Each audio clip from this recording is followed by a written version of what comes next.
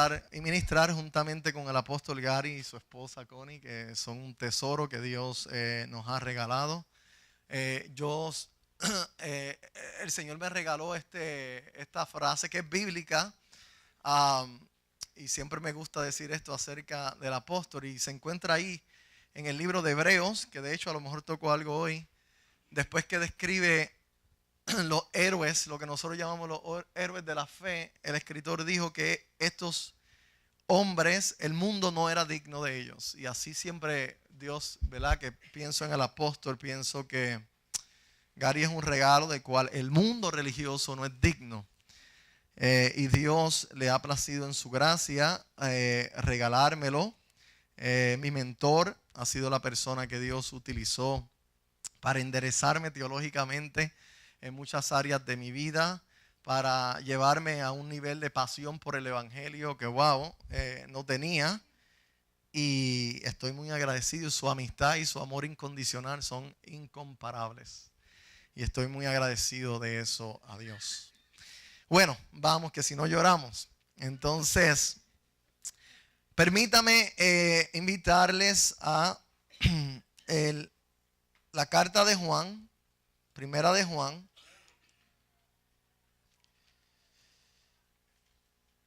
capítulo 5.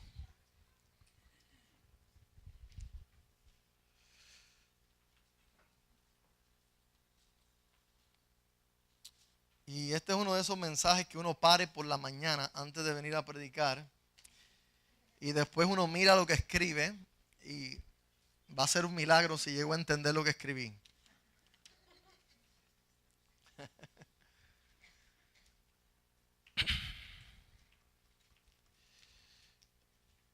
En el capítulo 5, versículo 4. Y by the way, no como excusa, pero sí como realidad. Yo creo que hace más de 6 meses que no me paro detrás de un púlpito a predicar. Enseño en Vanguard, pero detrás de un púlpito, así que oren por mí. Capítulo 5, versículo 4 dice el apóstol Juan: porque todo lo que es nacido de Dios vence al mundo. Y esta es la victoria que ha vencido al mundo. Diga conmigo: nuestra fe.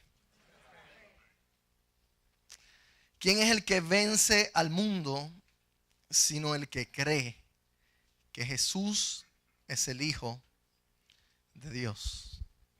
Padre, te doy gracias por tu palabra. Yo sé que ya tú has venido ministrando mi corazón.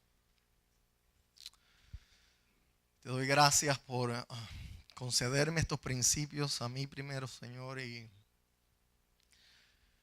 por la palabra que sé que tú vas a ministrarnos a todos nosotros en esta hora. Gracias por tu gracia maravillosa que permanece abundantemente con nosotros aún en medio de nuestra incredulidad, Señor. Gracias porque tú en nosotros, a través de tu propia fe impartida en nuestros corazones, has venido venciendo al mundo una y otra vez. Gracias por los procesos de transformación que tú nos has venido metiendo soberanamente, aún en contra de nuestra propia voluntad. Te ha placido, Señor, conducirnos a estos procesos donde hemos sido quebrantados, hemos sido reducidos, para poder contemplarte a ti más precisamente y a nosotros, Señor, en ti. Y para que la fe que nos ha dado encuentre espacio para ser expresada de la forma que ella es digna de ser expresada. En Cristo Jesús. Amén. El tema que he puesto en esta mañana en este día es la victoria que vence al mundo. Y en esta ocasión lo que quisiera compartir con ustedes son básicamente 2 principios que se encuentran en el texto que hemos leído, que creo son fundamentales para vivir una vida cristiana que vence al mundo.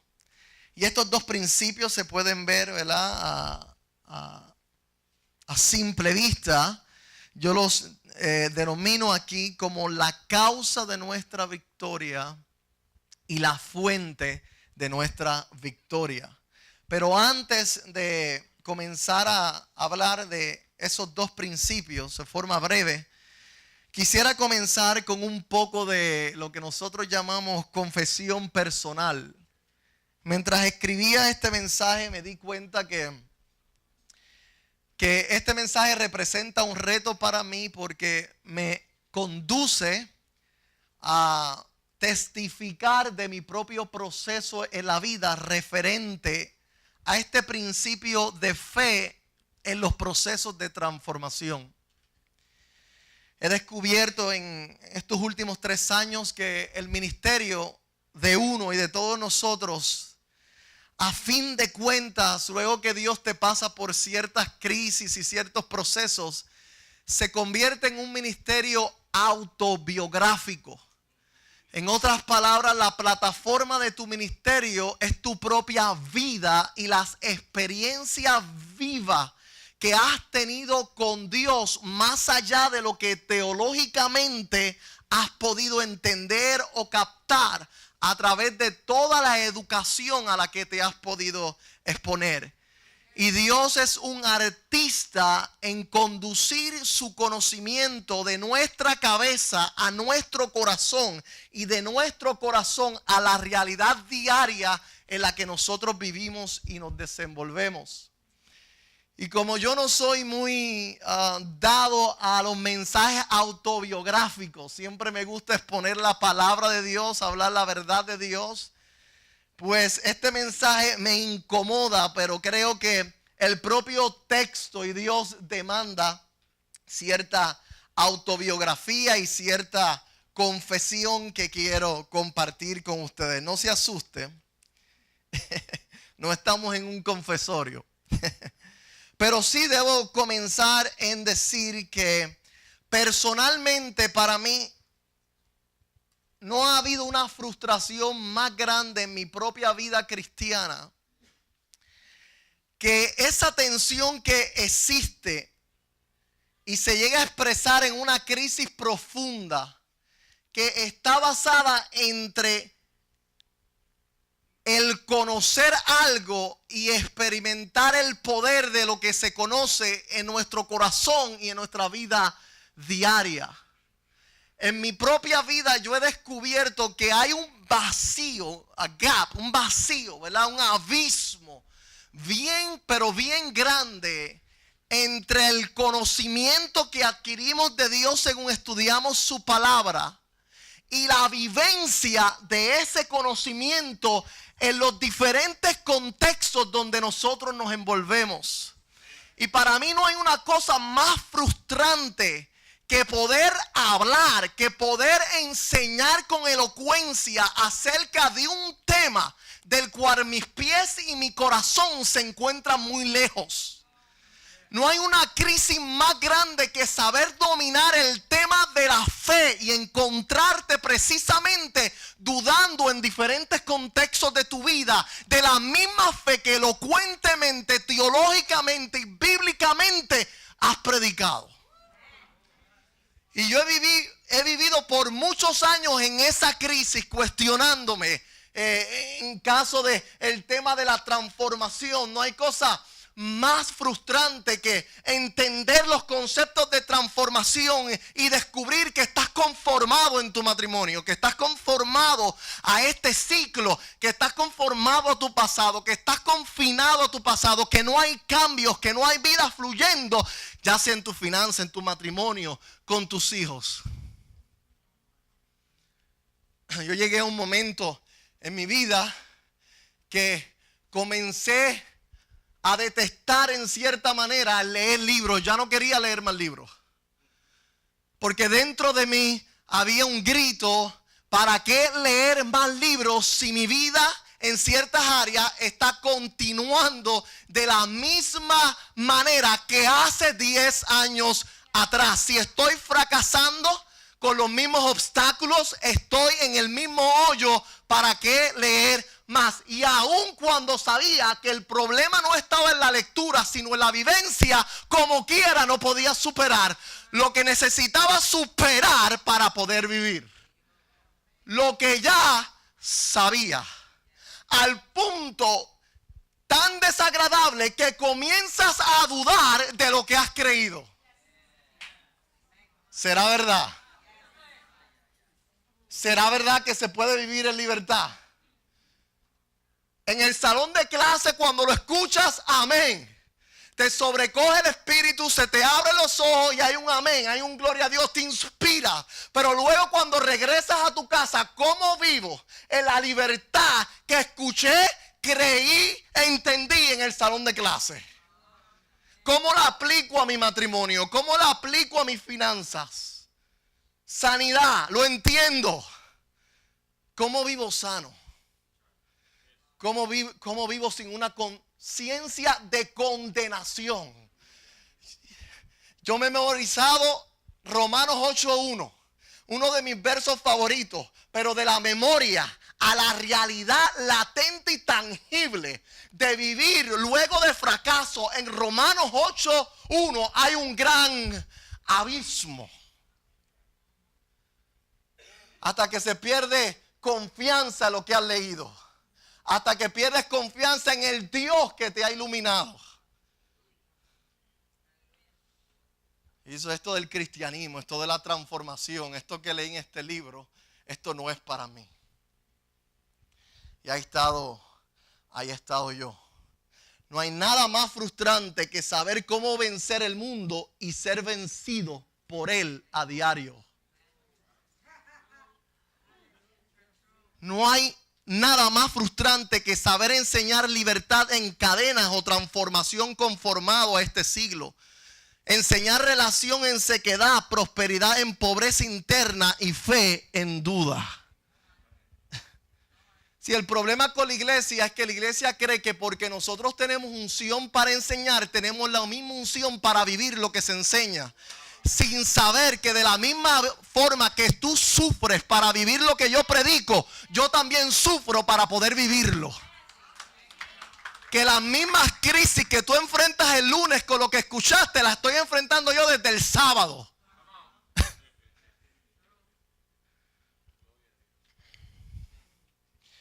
Y esa mentalidad nos crea este mundo de fantasía versus el mundo de nuestra realidad diaria. En el mundo de fantasía está mi cabeza, anclada en la verdad de Dios. Y en el mundo de mi realidad, mis pies, lo que vivo, lo que siento, lo que es realidad, lo que me es tangible para mi alma. Y lo que tú sientes es importante.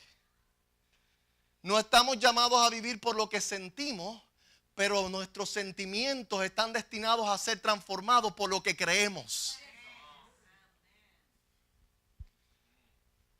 Dios es un Dios de emociones. Las emociones son necesarias porque nos indican en dónde está anclada nuestra fe. Yo sé en lo que estoy creyendo, diga conmigo, por lo que estoy sintiendo.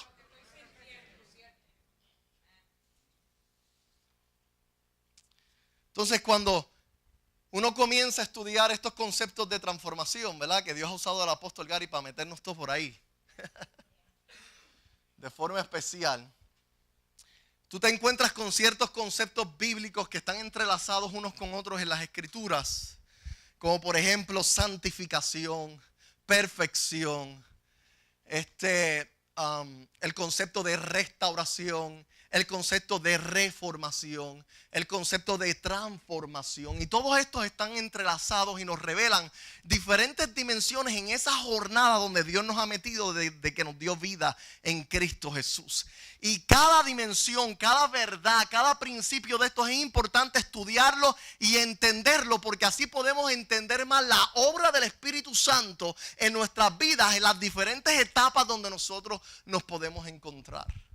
Pero dentro de todos estos principios ha habido uno en particular que ha sido el principio que Dios más me ha vivificado en mi propio corazón, que más lágrimas me han traído y que más reto me ha traído. Y es un principio de arrepentimiento. La palabra griega para arrepentimiento es la palabra metanoia. Déjenme decirle antes que se me adelante, yo sé que ustedes son teólogos aquí, ¿verdad? Estudian la palabra. Y muchas veces cuando se escucha hoy día, más en contexto de gracia, la palabra arrepentimiento, ¿verdad? Ciertas banderas se levantan porque estamos muy concientizados al arrepentimiento que se produce en el proceso de nuestra salvación. Pero el concepto de arrepentimiento trasciende esa experiencia salvífica y nos encuentra en nuestra vida cristiana. Un ejemplo sencillo de esto es como Cristo le habla a las 7 iglesias de Asia para reprender su comportamiento y le hace un llamado a gente salva al arrepentimiento. Y la palabra arrepentimiento, ¿verdad? Que está compuesta de estas dos palabritas, meta y noia. Meta implica estar por encima, más allá o después de. Noia viene de la raíz nous, que es de donde tenemos la palabra mente, que implica comprender, entender y captar. Estas dos palabras juntas nos hablan del concepto bíblico de arrepentimiento. Arrepentimiento lo que implica es lo siguiente: es aquella experiencia donde somos, por medio de la revelación de nuestra realidad espiritual presente y eterna, confrontados con nuestra, escuche bien esto, mediocridad presente. En el arrepentimiento la luz de Dios llega para vislumbrar nuestra mediocridad presente referente a la verdad que nos ha sido revelada. Y luego que nos confronta, comenzamos a experimentar un dolor profundo. Por eso es que cuando usted estudia el concepto de arrepentimiento, siempre está atado al sentimiento de dolor. Sin un dolor profundo por la mediocridad que el Espíritu de Dios, por medio de su palabra, está exponiendo, no hay arrepentimiento. Necesita haber un dolor profundo. Y es ese dolor profundo, escuche bien, que nos conduce a la fe que se puede apropiar de la verdad divina y nos hace vivir en el poder que puede vencer el mundo. ¿Dolor por qué? ¿En qué consiste el dolor del arrepentimiento? Dos cosas sencillas. En que nos damos cuenta que estamos resistiendo por medio de incredulidad la verdad de Dios en nuestra vida. Y segundo, en nuestra falta de confianza para vivir según lo que conozco y no lo que por engaño siento.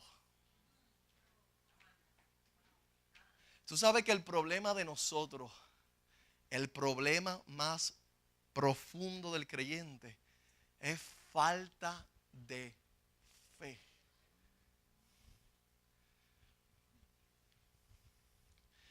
Es falta de creer, mire esto que sencillo, lo que Dios hizo y dice acerca de mí. Tu problema y mi problema personal es que aunque leo en las escrituras que soy nueva criatura, el lunes no lo puedo creer. El problema es que cuando leo en las escrituras que soy santo, en mis crisis y mis padecimientos, no lo puedo creer. Y decido apoyarme en la incredulidad que siempre opera por engaño, conduciéndome a lo opuesto de aquello que la palabra de Dios ha establecido y me ha dicho que soy o tengo. El pecado siempre opera por engaño. Yo soy un pecador. Si estás en Cristo, estás engañado.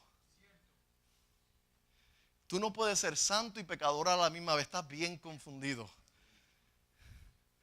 Y por un lado, tú puedes escuchar el domingo que eres santo, pero toda la semana estar escuchando tus propios pensamientos engañosos carnales diciéndose que eres todo lo opuesto. Y las crisis que enfrentas en la semana no están tanto ancladas en tu pasado, están ancladas en la carencia de creer lo que Dios ha dicho.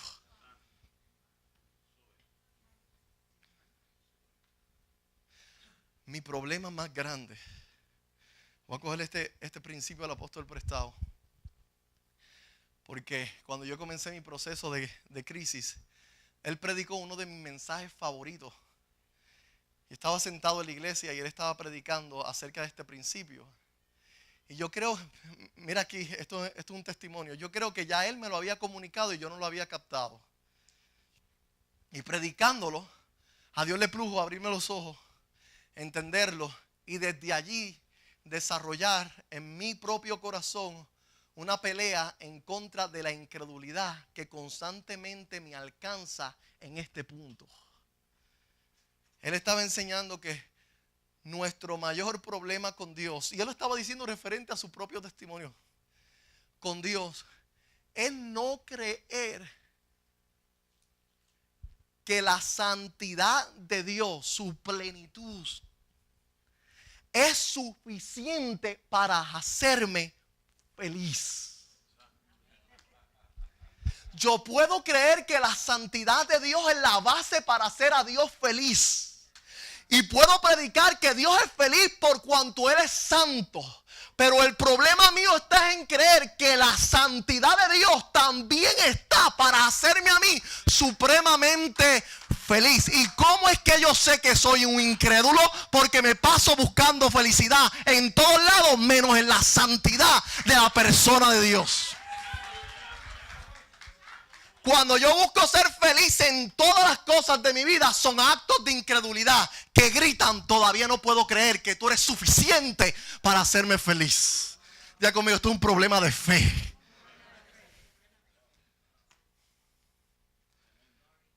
Soy nuevo, pero todavía me sigo tratando como si yo fuera el viejo.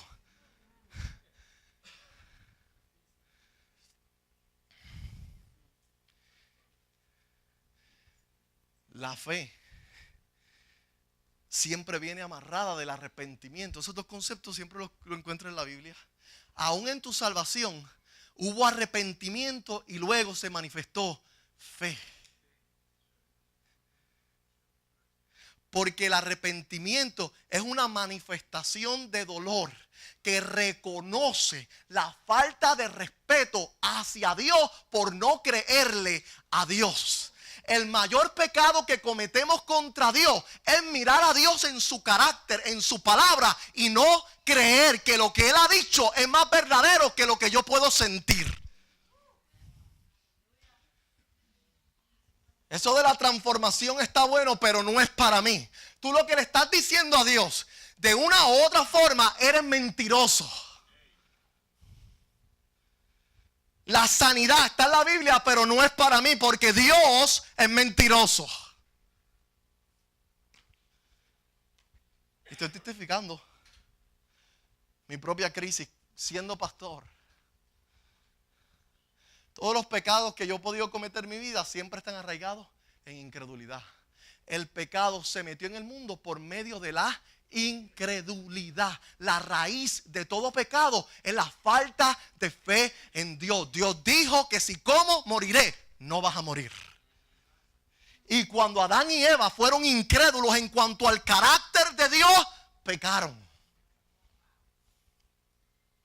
¿Hay esperanza para tu matrimonio? No hay esperanza, incrédulo.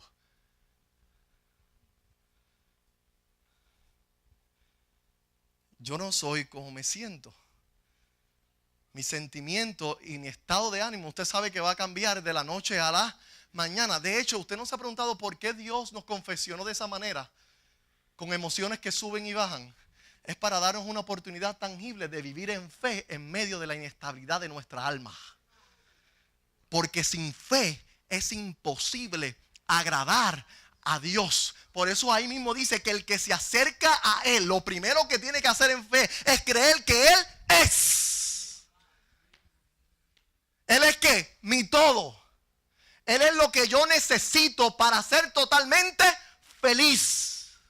Pero constantemente me encuentro tratando de obtener o de hacer algo para ser Lo que Él ya prometió que yo soy en Él, por Él.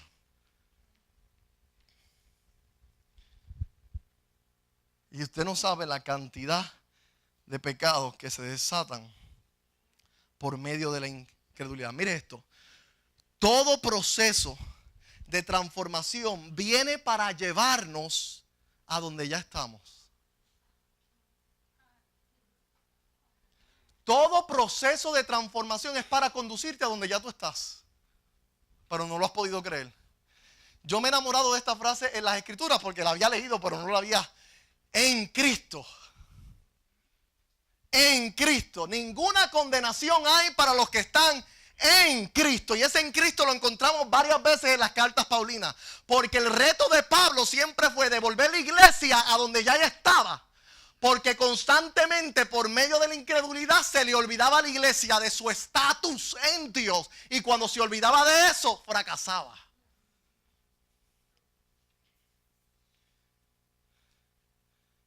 So, Dios, por medio de mis procesos de transformación, yo descubrí que a donde Él me estaba conduciendo es a donde ya yo estaba.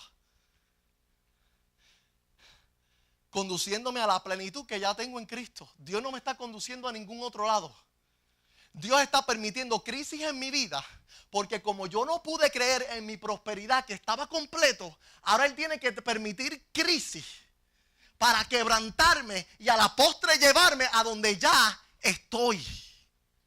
No hay nada más que Dios te vaya a añadir a ti a través de transformación, sino mayor iluminación y entendimiento de lo que ya tienes y posees en Él. Diga esto conmigo. Voy a hacer una prueba aquí psicológica.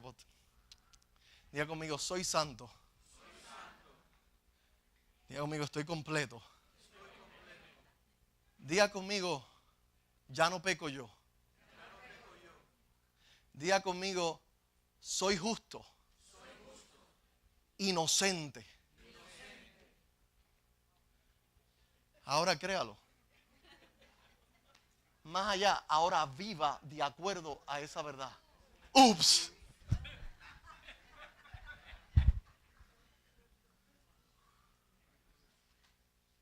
La lucha de Pablo, el bien que quiero, no era cuestión de conocer, no hago. Hay un clase de abismo entre mi querer y mi hacer que me tiene loco.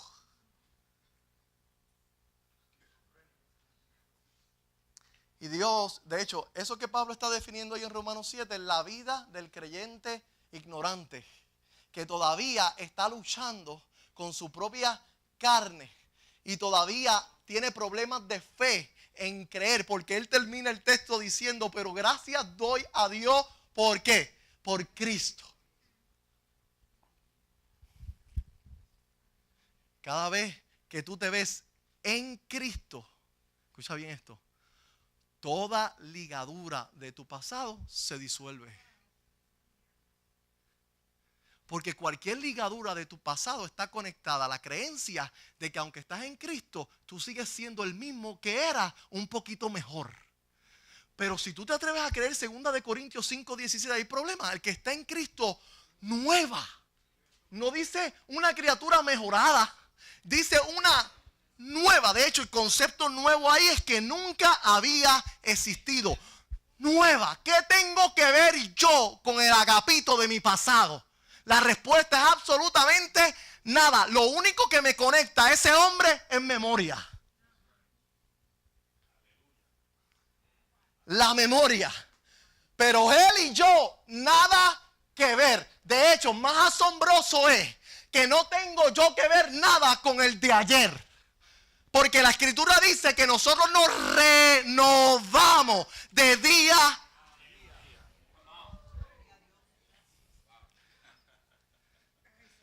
Como tú y yo hemos cometido unos cuantos errores, es Cristo. Decimos, ahora sí se fastidió. Porque sé que ya no soy aquel que estaba muerto, pero ahora este nuevo ha cometido unos cuantos errores. Pues tampoco ese eres. Porque la sangre de Cristo, me gusta como Juan lo dice, no dice que te limpió, dice que activamente te limpia de todo pecado. Y cada vez que abres tus ojos en la mañana, ante Dios, eres nuevo. Cada vez que respiras, eres nuevo. Te vas renovando de día en día. Pero creer eso y vivir eso. Toda mi conducta errónea está conectada a lo que sigo creyendo aquí.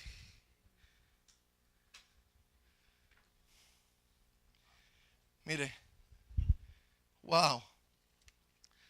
Dos cosas que el apóstol Juan menciona aquí. Él menciona la causa de nuestra victoria y la fuente de nuestra victoria. La causa, que hemos nacido de nuevo. Tú estás destinado a vencer el mundo porque naciste de nuevo. Y con tu nacimiento de nuevo se te dio la unción y el poder para vencer el mundo.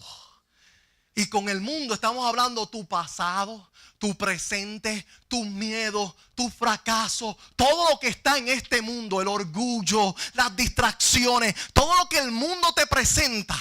Ya Dios te ha dado la causa para vencer el mundo, y es que tú has nacido ¿de qué? De nuevo.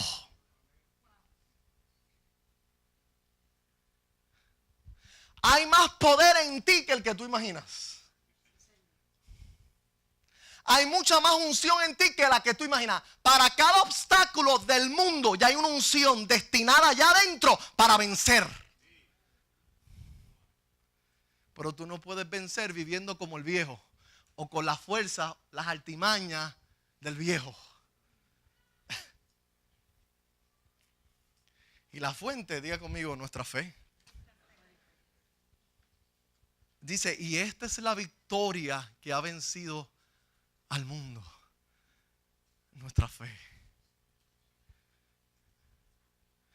Que cuando yo me siento sucio digo, estoy limpio. Y mi fe vence el pensamiento y los sentimientos que vienen con el pensamiento de sentirme impuro.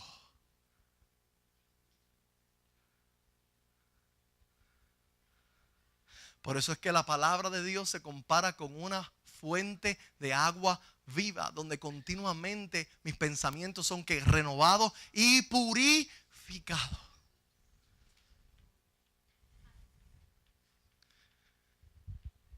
La pastora Rosita me había pedido que predicara de los matrimonios. Y dije, vamos a hacer un cambio aquí. Yo le hablo de los matrimonios aparte. Pero esto tiene tantas aplicaciones. Porque no solo es como tú te ves a ti, es como ves tu pareja. Mientras tú sigas mirando a tu pareja a través de los lentes que siempre la has mirado, el matrimonio no puede ser disfrutable. Tú vences el mundo y todas las áreas de tu vida cuando eres renovado en ese entendimiento y lo crees. Ay, Dios mío. Y Dios, por medio de su palabra, nos enseña que cuando tú miras a tu prójimo, lo debes de ver por lo menos en estas tres luces. Lo debes ver como un elegido, lo debes ver como un santo y lo debes de ver como un amado. Constantemente renovando mi mente para ver a mis hijos, mi esposa, como elegido, como santo y como amado. Y cuando yo me mantengo viviendo en el poder de esa revelación, cualquier crisis en el matrimonio se vence. El perdón emerge. El amor es consistente porque la visión de lo que Dios dice que tú eres es una realidad para mí. No es teología en la cabeza.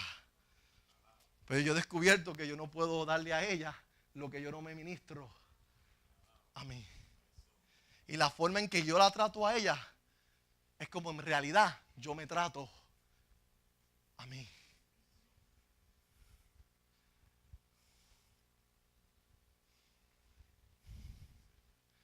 Qué cosa, ¿verdad?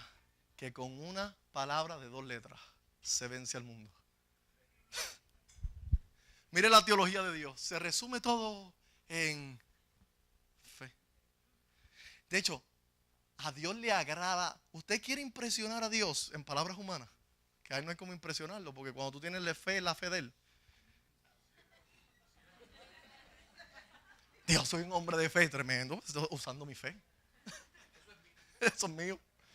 ¿Qué tú tienes que tú me des que me sorprenda? Nada.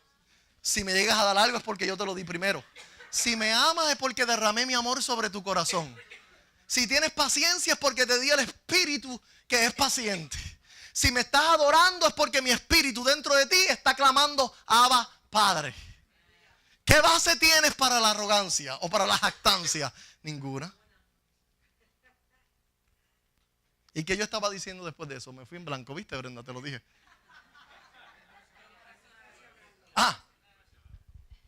Mire Dios con Abraham. Dios vio a Abraham creerle. Y esto fue lo que Dios dijo. Ese es mi amigo. Escucha esto. La fe no se nos dio para adquirir cosas de Dios. Se nos dio para una fructífera relación con Él. La fe no se nos dio para adquirir cosas de Dios. Se nos dio para tener una relación fructífera con Él. Sin fe es imposible agradar a Dios. No puede haber amistad donde la duda impera. Dios no está cómodo donde constantemente tú estás dudando de lo que Él ha dicho acerca de ti mismo y acerca de Él mismo. Escucha esto, porque lo que Dios dice de ti es porque primero lo dijo de Él. Eres santo porque yo soy santo. Al dudar que lo eres, dudas de mi propia santidad. Oh my God. ¿Tú quieres sanar? Digo, amigo, fe en creer en Dios. Gracias. La causa, nuestro nuevo nacimiento. La fuente, esta fe gloriosa. Y es donde más yo me he colgado. Es donde más le he fallado a mi Dios. No tanto en decir sí creo, en vivir conforme a ese sí. ¿Sabes qué yo descubrí? Ya de adulto y como pastor. Que yo no hacía mucha memoria en la realidad de que Dios me amaba. Y un día, el apóstol Gary predicando sobre ese concepto, yo mismo me confronté. ¿Cuándo fue la última vez que yo me paré a celebrar de que Dios me ama? Y descubrí que internamente yo tenía problemas en creer de que Dios me amaba a mí como yo era. Y inconscientemente creía que mi conducta o mi fidelidad a Él en el ministerio era la base de su contentamiento. Hasta que a Él le plujo hacerme fracasar en el ministerio para demostrarme que su placer sobre mí nunca estuvo basado.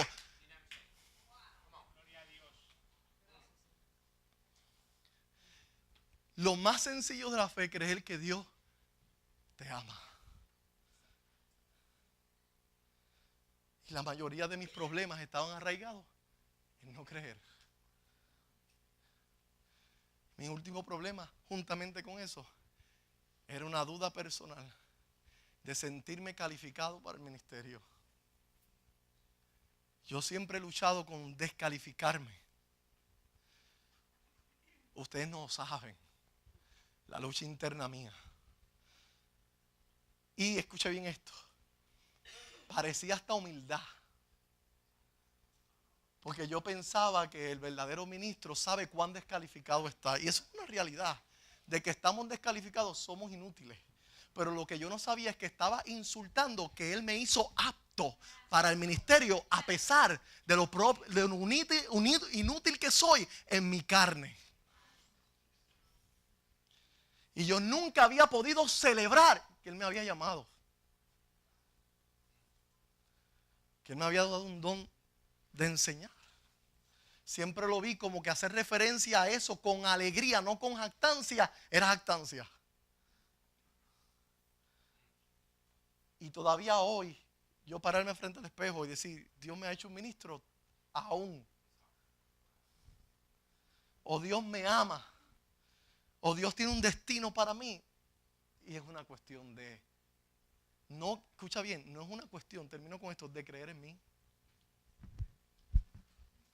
Es una cuestión de creer en Él, porque Él fue el que dijo, te hice esto.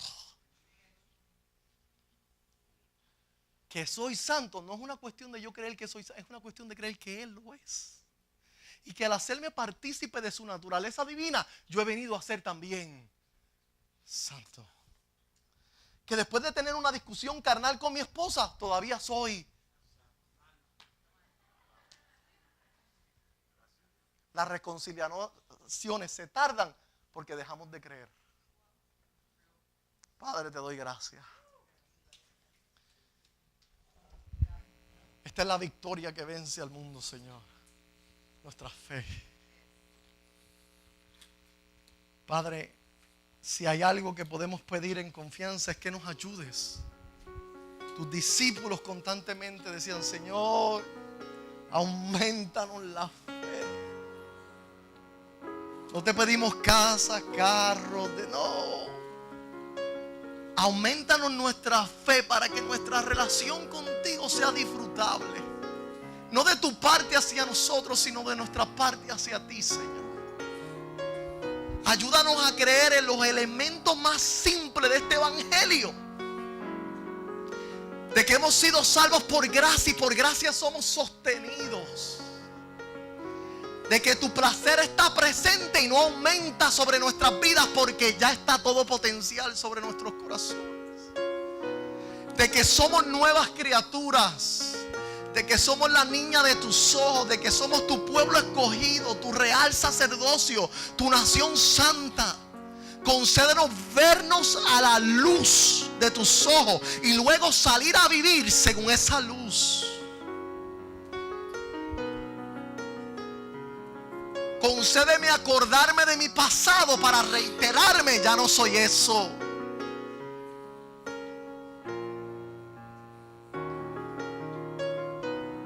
Ayúdame a mí, Señor.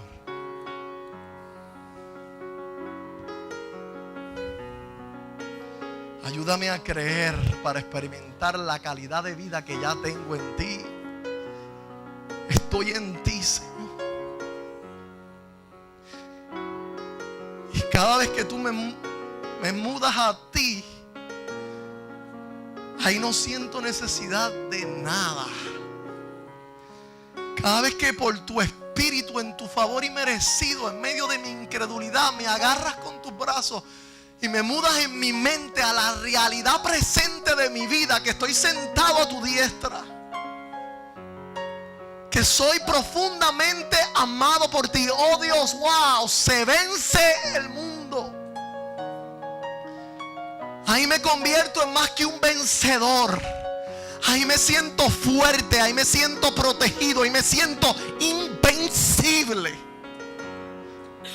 Ahí me siento sano y ese sentir es verdadero porque está alineado a tu palabra, Señor.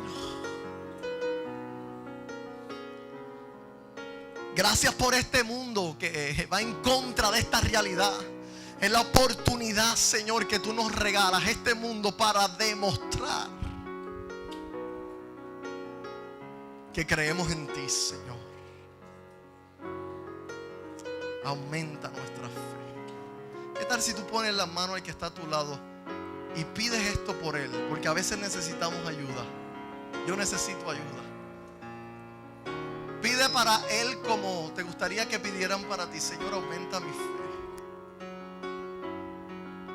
Oye, Señor, tu palabra dice que por nada tengo que estar afanoso, que ya tú tienes toda la provisión que yo voy a necesitar para mi mañana. Aumenta mi fe en creer que nada me va a faltar para mañana. Dios, ayúdame a creer que yo estoy en el lugar perfecto, con la gente perfecta. Estoy precisamente donde tú habías planeado, habías querido y se te había antojado que yo estuviera. Ayúdame a creer que aún el proceso que he atravesado para llegar aquí fue el proceso perfecto para llegar aquí. Ayúdame a creerlo para ser libre de todo remordimiento en ese proceso. Oh my God.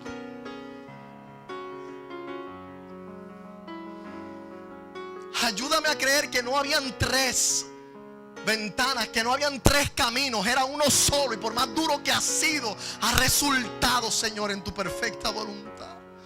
Ayúdame a creer que tú estuviste en control ayer, estás en control hoy y así lo estarás mañana. Que como me cuidaste ayer, me cuidarás hoy.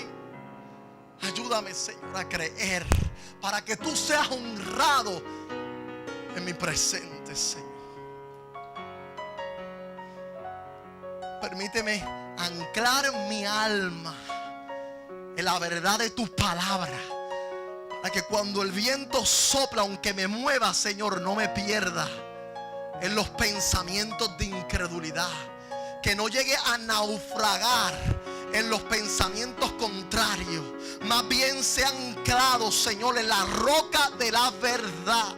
Y aunque sople el viento, yo pueda crecer en la fe que vence al mundo, Señor.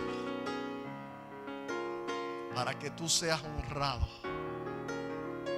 Ayúdame, Señor, a mí, ayúdame, Señor. Te amamos, Señor. Más que eso, tú nos amas. ¿Qué tal si te pones de pie? Y ayúdame a expresar la realidad de que Dios, busca algún punto de alguna verdad que tú has venido dudando y declarar en tu propio interior. Si tú has venido dudando que Dios te puede proveer, comienza a declarar: tú eres mi proveedor. Si tú estás dudando del amor de Dios, declara: Dios, tú me amas, tú estás enamorado de mí. Tú me amas igual que amas a tu Hijo Jesucristo. Yes. Decláralo. Confiesa con tu boca la realidad interna de lo que Dios te ha revelado en su palabra. Padre, gracias. Tú nos amas, tú nos amas, tú nos amas. Nuestro deleite y nuestra fuerza para creerlo eres tú, Señor. Gracias. Gracias, Señor. ¿Cuántos pueden percibir que irónicamente en la iglesia actual hay una crisis de fe? ¿En qué sentido? Que la iglesia no carece de creer en Dios, pero sí carece de creerle a Dios. Y fue una palabra muy oportuna para cada uno y todos nosotros, ¿no creen? Y siento en mi corazón de invitarles a que pongan su mano derecha sobre su propio corazón. Y es simbólico, pero es real, porque la Escritura dice que con el corazón se cree. Fíjate, con la mente se entiende, pero con el corazón se cree, porque es a nivel de corazón donde se genera convicción. Y de la convicción te impulsa a la acción. Y la razón por qué no vemos tanto fruto es porque se carece de acción. ¿Y por qué se carece de acción? Por convicción. Pero entonces siento de renovar un voto ante Dios, ¿verdad? Colectivamente, de que hoy, siendo un nuevo día, nos comprometemos con Dios y con nosotros mismos de vivir por fe. ¿Cuántos pueden declarar eso? Señor, renuevo mi compromiso contigo y conmigo mismo de vivir por tu fe, la que depositaste en mi corazón, que me inspira en tomarte a tu palabra.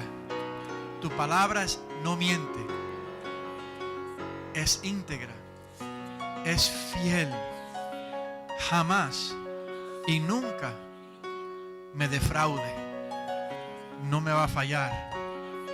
Nunca seré avergonzado por cuanto te creí. Gracias, Señor, por aprobar tu fe en mí y a través de mí. Amén. Gloria a Dios. Un aplauso a Él, que se lo merece.